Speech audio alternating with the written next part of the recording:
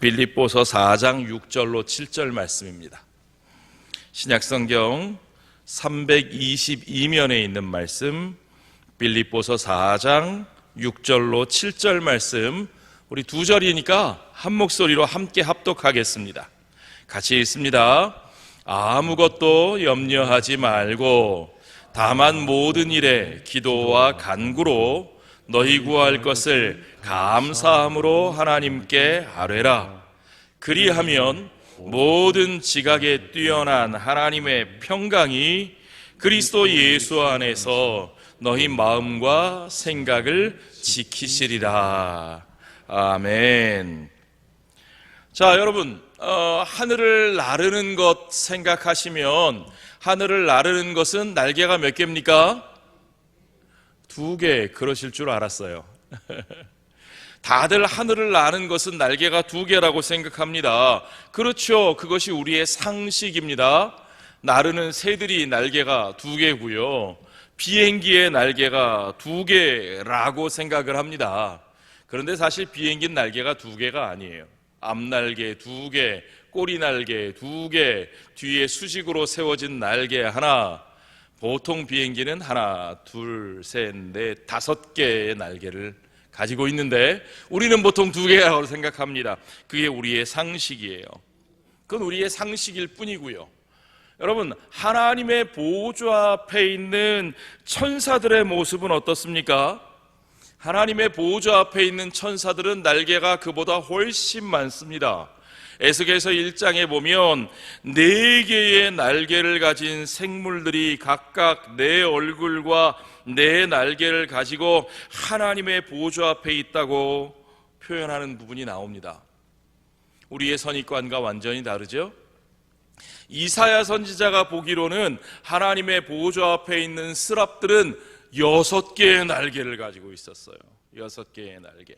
와, 날개가 참 많죠? 하나님의 보좌 앞에 있는 것들은 날개가 참 많다. 여러분, 하나님의 보좌 앞에 엎드려 기도하는 저와 여러분의 삶 가운데서도 저는 우리 주님께서 날개를 달아주셔야 한다고 생각합니다. 그런데 주께서 우리에게 달아주시는 날개는 하나, 둘, 셋, 넷.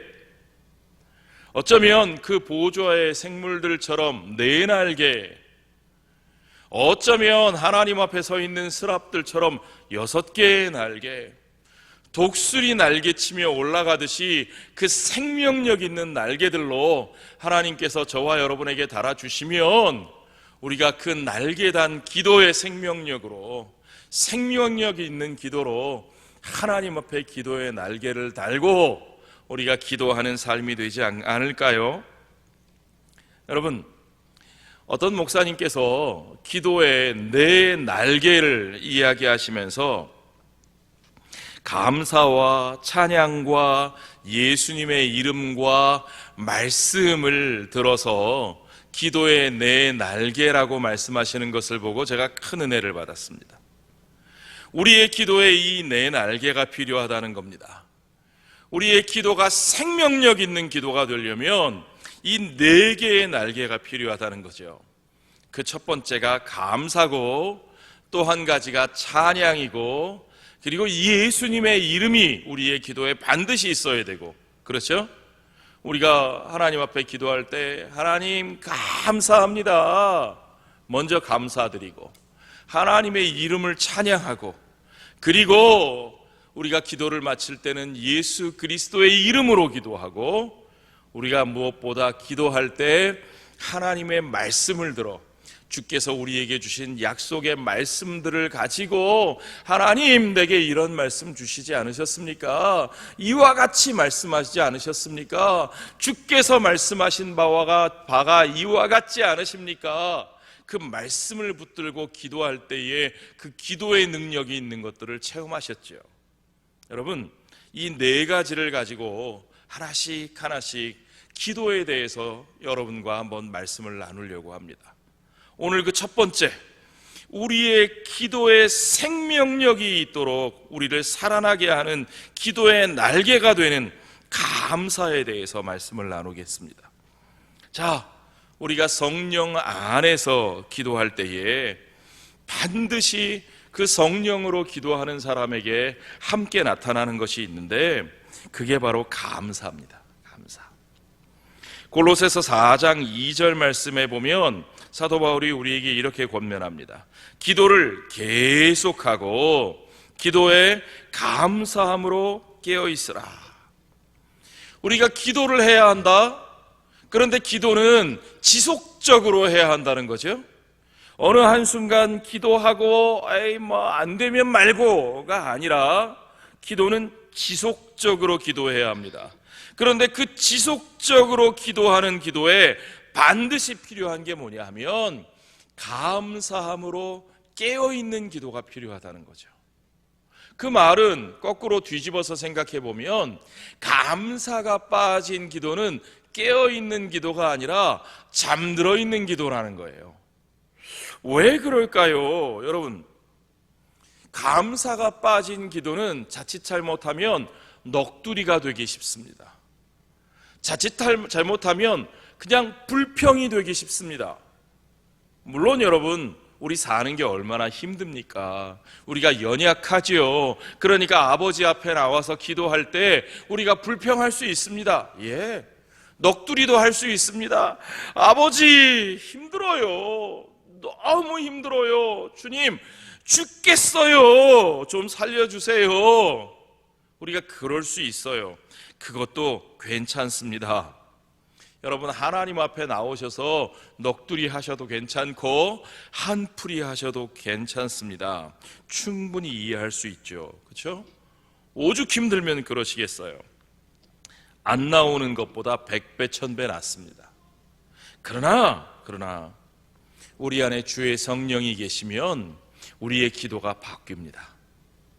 우리의 기도가 한풀이가 아니고 불평이 아니고 원망이 아니고 넋두리가 아니고 우리의 기도 가운데 감사함으로 기도하는 변화가 일어나는 것을 여러분 체험하시기 바랍니다. 여러분, 하나님 앞에 기도할 때 우리가 어떤 마음의 자세로 기도하는가 하는 것은 아주 하늘과 땅 차이입니다. 넋두리하고 불평하고 한풀이하는 사람의 기도에는 신뢰가 빠져 있는 거예요. 믿음이 빠져 있는 거죠. 그러나 여러분, 믿음이 있는 사람의 기도는 그 속에 신뢰가 들어있고, 신뢰가 들어있기 때문에 그 기도는 감사의 기도로 이어질 수밖에 없다는 것을 여러분 경험하셔야 합니다. 불평하는 사람은 똑같은 기도를 하는 것 같아도 불평의 기도는 믿음이 없는 기도고, 믿음이 없는 기도는 세상 모든 사람들이 하는 방식입니다. 여러분, 아무리 믿음이 없는 사람이라도, 하나님과 관계가 없는 사람이라도, 여러분 하나님을 신뢰하지 않는 사람이라도 하늘을 보며 넋두리 합니다. 그렇죠? 저렇게 비가 막 하늘이 뚫린 것 같이 쏟아지면서, 여러분 뉴스 보셨죠?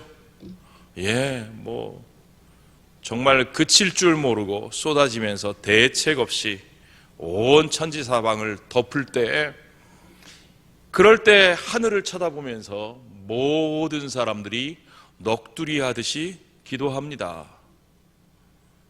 도대체 어쩌려고 이러십니까? 제발 그만 좀 멈춰주세요. 누구나 할 수 있는 기도죠.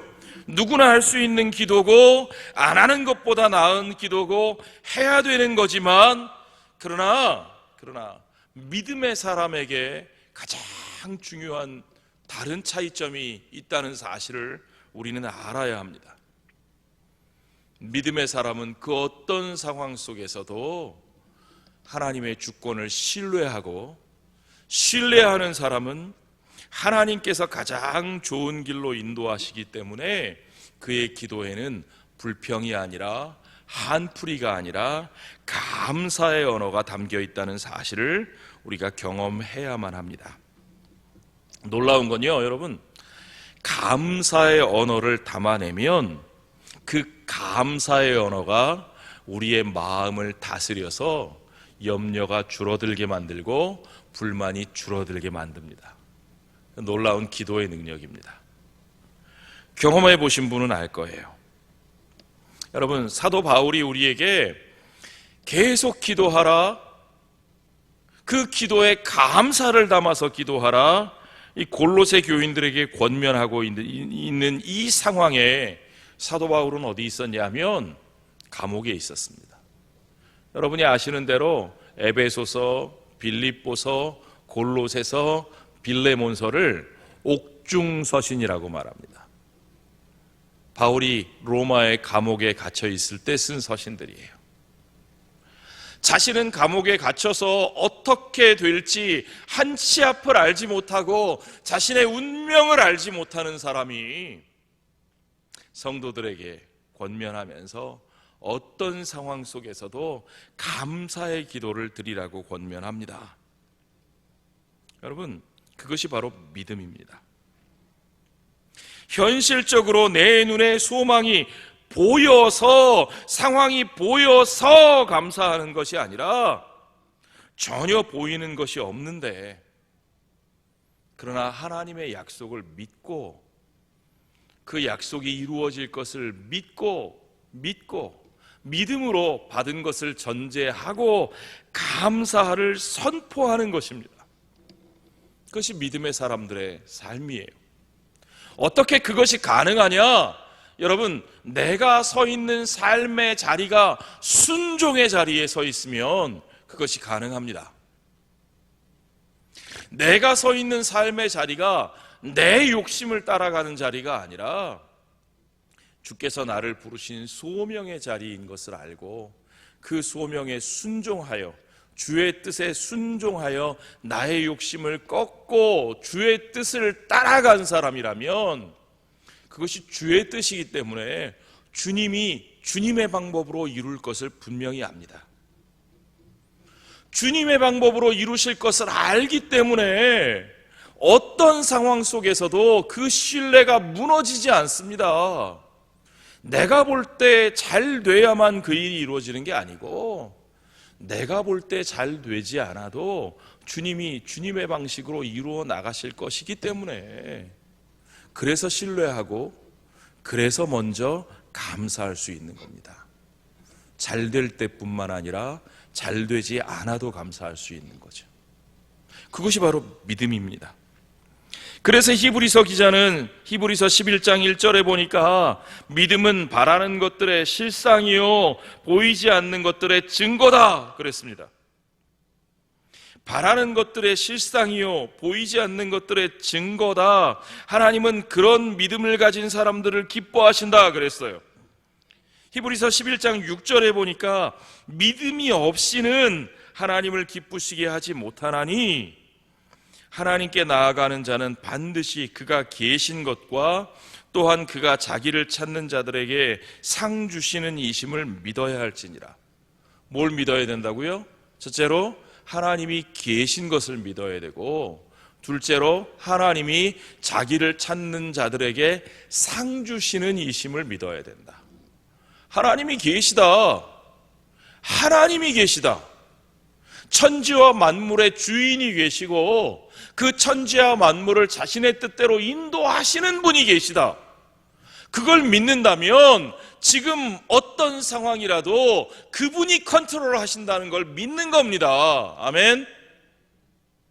지금 내가 볼 때는 아무리 뒤틀려 있는 것 같고 아무리 뒤죽박죽 이해가 되지 않는 상황일지라도 그분이 창조하셨고 그분이 주관하시고 그분이 이끌어가고 계시네.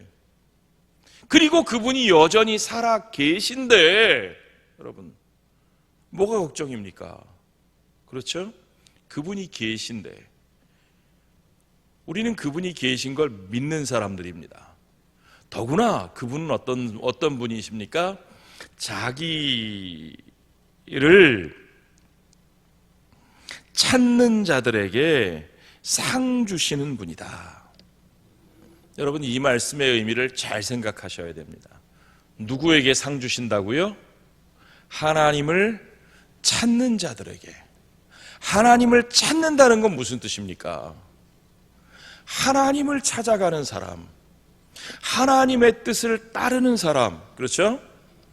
자기를 찾는 사람, 자기 욕심을 찾는 사람, 자기 야망을 찾는 사람이 아니라 하나님을 찾고 하나님의 뜻을 찾고 하나님의 인도하심을 찾는 사람. 하나님은 반드시 그 사람에게 상을 주신다. 그러니까 하나님의 뜻을 따르는 사람에게는 반드시 그 하나님의 뜻, 하나님의 약속하신 것이 반드시 이루어진다는 사실을 여러분 믿으시기 바랍니다. 우리가 믿는 믿음은 그겁니다. 그러니까 우리가 하나님의 편에 서 있기만 하면 반드시 이루어집니다. 상황이 문제가 아니에요. 문제는 우리가 하나님을 찾는 사람이냐 아니면 쓸데없는 엉뚱한 것을 찾는 사람이냐가 문제죠. 그렇죠? 그게 문제지. 하나님이 계시고 하나님이 그를 찾는 사람에게 상 주시는 분이신데, 내가 하나님을 선택했는데도, 하나님을 따랐는데도, 하나님의 뜻에 순종했는데도 혹시 하나님이 그걸 안 이루어주시면 어떡하지? 아니요. 그런 걱정은 하실 필요도 없어요. 아멘? 예, 그렇습니다. 전혀 하실 필요가 없는 걱정입니다.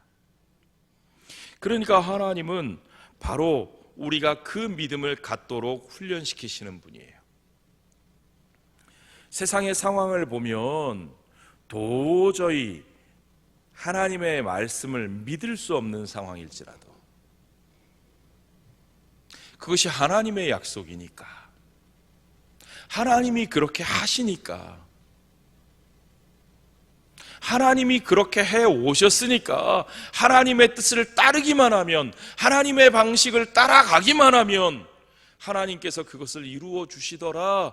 그것을 거부하면 우리의 인생이 안 되더라 라는 걸 깨닫게 하시는 거예요. 누구에게요? 노아에게요. 누구에게요? 아브라함에게요. 누구에게요? 사라에게요. 그들의 삶이 그거였어요. 순종하니까 약속대로 이루어지고, 내 뜻대로 순종하지 않아 보니까 엉뚱한 데 가 있고 엉뚱한 일이 벌어지고. 그러니까 그 사람들이 대단히 착하고 위대하고 훌륭해서 하나님의 뜻을 따라가는 게 아니라 하나님의 뜻을 따라갈 수밖에 없게 하나님이 만드시는 거죠. 그것이 믿음의 사람들의 삶이에요. 그래서 아브라함에게 하나님 뭐라고 말씀하셔요? 아브라함이 여호와를 믿으니 여호와께서 이를 그의 의로 여기셨다. 아브라함에게 다른 의로운 것 아무것도 없어요. 아브라함이 위대한 게 아니에요. 아브라함이라는 사람이 대단하고 훌륭했던 거 아닙니다. 하나님께서 아브라함으로 하여금 하나님이 하라시는 대로 할 수밖에 없게 만들어 가셨어요. 결국 믿을 것 하나님밖에 없더라 라고 만들어 가셨어요. 그리고는 아브라함이 하나님을 믿으니까 하나님께서 그 믿은 것을 그의 의로 여기사 그에게 복 주시고 그에게 약속하신 모든 축복을 이루어 가시는 하나님의 역사를 보게 하십니다. 물론 아브라함의 삶 속에서는 그 약속하신 것이 다 이루어지지 않습니다. 믿음의 사람들이 자기들이 이 땅에서 사는 동안에 자기들이 원하던 대로 바라던 것을 다 보지 못했어요.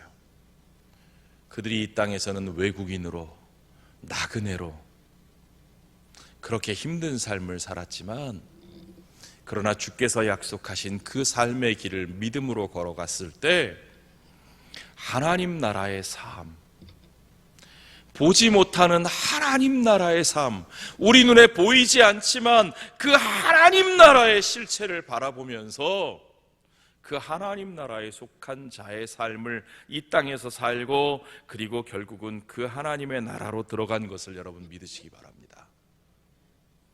그리고 그 하나님의 나라가 이 땅에 이루어지게 하신 우리 주 예수 그리스도, 여러분, 우리 예수님이 우리에게 그 믿음의 모습을 보여주십니다. 예수님이 오병이어로 5,000명을 먹이실 때도 먼저 축사하셨다 그랬어요. 그렇죠? 먼저 감사의 기도를 드렸다 그랬어요. 그러니까 역사가 일어납니다. 우리 예수 그리스도는 하나님께서 이루실, 이 땅에 이루실 그 하나님의 나라를 바라보시면서 그 모든 일들을 하나님 앞에 감사드리며 순종함으로 행하셨어요. 그것이 믿음입니다. 그것이 오늘 우리에게 요구하시는 믿음입니다. 여러분, 예수님께서 요나의 표적 외에는 내가 보일 것이 없다, 요나 선지자 얘기를 하셨는데요, 요나는 부족함이 많은 사람이었지만 하나님께서 그 물고기 뱃속에서 그를 완전히 변화시키셨어요. 자, 여러분, 요나서에 보면 요나가 그 물고기 뱃속에 갇혀서 하나님 앞에 기도하는데, 요나가 어떻게 기도하는지 여러분 한번 보세요. 2장 9절로, 요나서 2장 9절 10절 한번 같이 읽어볼까요? 같이 읽죠. 나는 감사하는 목소리로 주께 제사를 드리며 나의 서원을 주께 갚겠나이다. 구원은 여호와께 속하였나이다 하니라. 감사의 기도를 드렸대요. 그렇죠? 그런데 이게 어디서 기도를 드렸느냐? 10절에 보면 답이 나와요. 여호와께서 그 물고기에게 말씀하심에 요나를 육지에 토하니라. 그러니까 지금 이 기도를 드릴 때는 육지에 토해 놓았을 때예요? 토하기 전이에요? 토하기 전이에요. 예. 그러니까 요나는 지금 이 기도를 어디서 드리고 있어요? 물고기 뱃속에서. 예. 여러분, 이 상황을 상상해 보세요.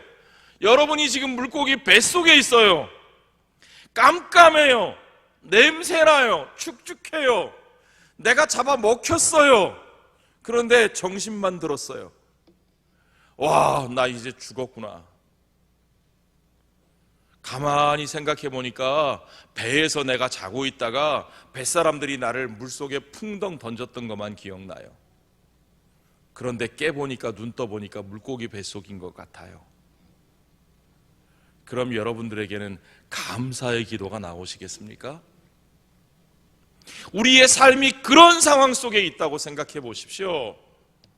생각지도 못한 상황에서 풍랑을 만나서 바닷속에 던져졌고, 그 바닷속에 거대한 괴물에게 삼켜져서 그 괴물의 뱃속에서 아무것도 보이지 않는 그 냄새나는 뱃속에서 내가 이제 그 소화에게 녹아서 가만히 있으면 내가 다 소화돼서 죽어 없어질 것 같은 상황, 그런 상황에 내가 놓여 있을 때, 그때 여러분들은 감사의 기도를 드리실 수 있겠습니까? 그런데 요나는 거기서 감사의 기도를 드리는 거예요. 구원은 여호와께 속하였습니다. 어떻게 그럴 수 있습니까, 여러분? 먼저 요나는 어떻게든지 하나님께서 하나님이 뜻하시는 바를 이루실 것이라는 걸 깨닫게 됐다고 생각됩니다.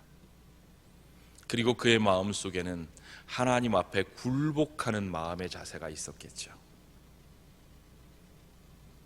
그리고 하나님께서 뜻하시는 것이 무엇인지를 깨달았습니다. 하나님이 원하신 것은 그를 죽이는 것이 아니라 니느웨에 가서 복음을 전하는 것이었어요. 그런데 그가 다시스로 가려고 했을 때 하나님이 다시스로 가는 길을 막으시고 그를 물속이 뱃속에 쳐 넣었을 때는 하나님의 뜻은 그를 죽이는 것이 아니라 니느웨로 보내시는 것이거든요. 여러분, 우리가 살 길은 하나님의 뜻에 순종하는 길밖에 없는 것을 믿으시기 바랍니다. 하나님의 뜻에 순종하고 하나님의 뜻에 감사할 때에 우리에게 기도에게 살 길이 열리는 것을 믿으시기 바랍니다. 여러분, 항상 기도하시되 그 기도에 하나님의 뜻에 대한 순종을 담으시고 그 순종 가운데 감사를 담아내십시오. 주의 뜻을 따르겠습니다. 주님의 뜻을 깨닫게 해주십시오. 주님의 뜻이 내게 복인 것을 믿습니다. 주님이 원하시는 그 자리가 내 자리가 되게 하여 주시옵소서. 내가 원하는 자리에 주님을 움직여 내가 있도록 만드는 삶이 아니라 주님이 원하시는 그 자리에 나를 움직여 내가 그곳에 있게 하시고 내가 그곳에 선 것을 감사하는 자가 되게 하여 주시옵소서. 저와 여러분의 기도에 그 감사가 담겨 있을 때에 여러분, 그때 우리의 삶에는 주님이 모든 것을 책임져 주신다는 평안이 다가옵니다. 제가 미국 생활 20년 생활을 정리하고 한국으로 들어올 때도 눈앞에 아무것도 보이지 않았습니다. 20년을 한 곳에서 살다가 그 삶을 하루아침에 정리하고 들어오는 일이 쉽지 않습니다. 제 아내하고 2해 전부터 기도를 합니다. 우리의 진로를 어떻게 할 것인가? 우리의 인생을 어떻게 할 것인가? 하나님이 우리를 어떻게 쓰실 것인가를 놓고 기도합니다. 중요한 건 우리가 이 교회 저 교회를 찾는 게 중요하지 않고 우리가 한국, 미국 어디가 더 나을까를 계산하고 고르는 것이 중요하지 아니하고 하나님께서 인도하시는 자리로, 하나님께서 떠나라 하는 자리로 떠나겠습니다. 먼저 결심하고 저희들의 마음을 정하고 준비하는 것이 중요했습니다. 그래서 과정을 먼저 정했어요. 주께서 뭘 보여주시기 전에 먼저 기도하면서 하나님께서 새로운 목회의 길을 열어주시기를 기도하고 먼저 그 기도의 전제 조건들 몇 가지, 제가 목회하고 있던 교회의 상황들을 보면서 거기 필요한 일들, 우리가 해야 할 일들, 우리가 책임져야 할 일들 다 마무리하게 해주십시오. 그 일들이 마무리가 됐습니다. 저희들의 마음속에 하나님의 응답이 느껴집니다. 이제는 이 교회에서의 사역을 정리하고 하나님께서 새로운 길을 열어주시려고 하나님께서 그 열어주시기를 기뻐하시는구나. 저희 두 내외의 마음이 모아졌습니다. 그래서 저희가 얼마나 어떻게 보면 인간적으로 보면 대책이 없는 일을 했는지요.